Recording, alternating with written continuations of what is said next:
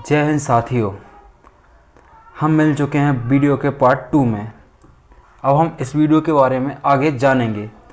आखिर में आकर उन्हें जिस सीट से इलेक्शन लड़ा गया, पूना सीट, जब एक सीट जिसको एक कांग्रेस नेता ने खाली किया, तब जाकर इनको पूना वाली सीट में इलेक्शन लड़ाया गया अंबेडकर जी को, और वहाँ से वो संविधान सभा में आते थे। इस बात के पीछे का सार यह है कि देखो, एक तो बीजी खारे कांग्रेस नेता और उनके विरोध, आप इस बात को समझ सकते हैं कि ऐसे बहुत मुश्किल से हैं। नेहरू जी के समर्थन के बिना, ये नेहरू जी के किसी भी इशारे के बिना बीजी खारे अंबेडकर जी का विरोध नहीं कर सकते, ताकि वह संविधान सभा में ना आ पाएँ। दूसरा मामला निकल कर आया।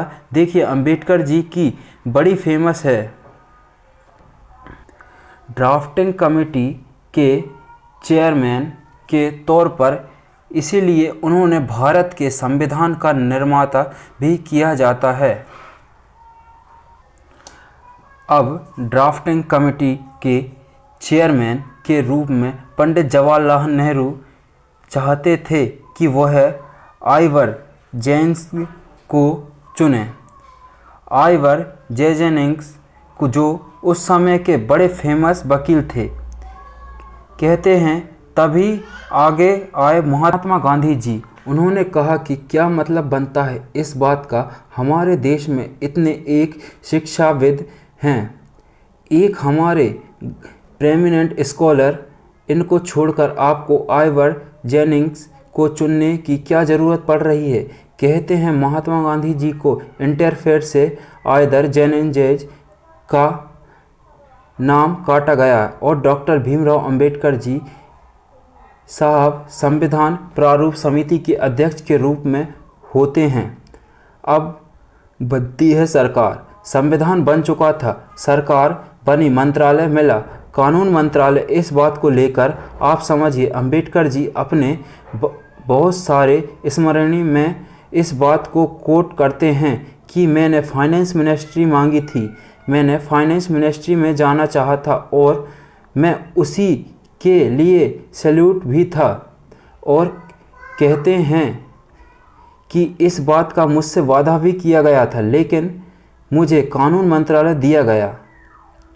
मंत्रालय कानून भी छोटा नहीं है, लेकिन विपत्ति मंत्रालय, एक अगर अंबेडकर जी को विपत्ति मंत्रालय मिलता है तो आप नहीं जानते, वो एक बड़े अच्छे अर्थशास्त्री भी थे, तो आपकी दशा और दिशा सुधारने का जो उनका विज़न था वो इम्प्लीमेंट हो सकता था।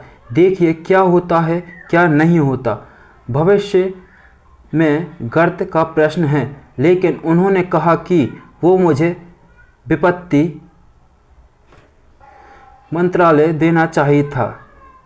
मेरी उस समय इंडियन इकोनॉमी में के प्रति अच्छी समझ थी, मैं काफ़ी चीज़ पर रिसर्च भी कर चुका था, लेकिन मुझे विपत्ति मंत्रालय नेहरू जी ने कभी दिया ही नहीं। अगला मुद्दा निकला हिंदू कोड बिल को लेकर। कहते हैं कि सरकार के इसी टेंशन की वजह से उन्होंने इस्तीफ़ा देने का मन बना लिया। देखिए ऐसी एक महान शख्सियत जिसका संविधान सभा से इम्पोर्ट रोल रहा, अगर वो आज़ादी के बाद पहली बार सरकार मंत्री बने और वो रिज़ाइन करने का मन बना रहे हैं, तो यह एक बहुत बड़ी बात होनी चाहिए। कहते हैं कि इस बात का पता जब सरदार वल्लभ भाई पटेल साहब जी को लगी, तब डॉक्टर भीमराव अंबेडकर जी रिज़ाइन देने जा रहे थे।